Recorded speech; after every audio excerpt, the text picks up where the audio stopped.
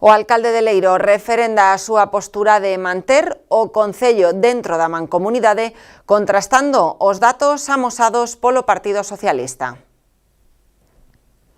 O alcalde de Leiro, Francisco José Fernández, quiso rebater as cifras que o Partido Socialista argumentan para asegurar que pertencer á mancomunidade non é rendible.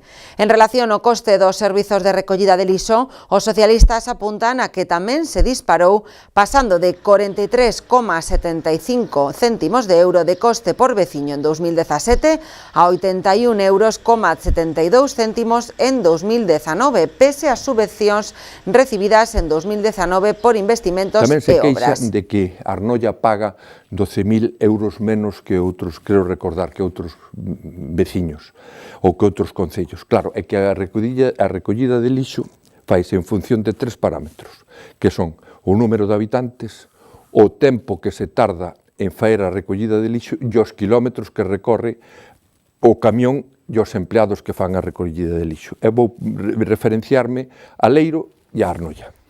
Leiro, Arnoia recorre 72 kilómetros, tarda 5 horas en fazer a recollida de lixo e ten 1.000 habitantes, datos do 31 de diciembre do 2019. Leiro recorre 175 kilómetros, tarda 13,6 e ten 1.568. Polo tanto, ten que pagar máis con respecto o de Servicios Sociales. El queixase dicindo que temos, se non me equivoco, 300.000 euros de subvención.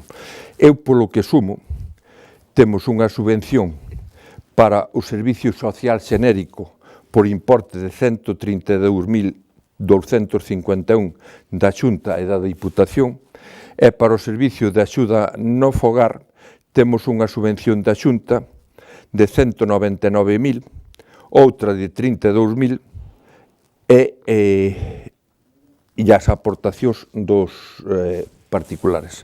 Isto fan para o custo do servicio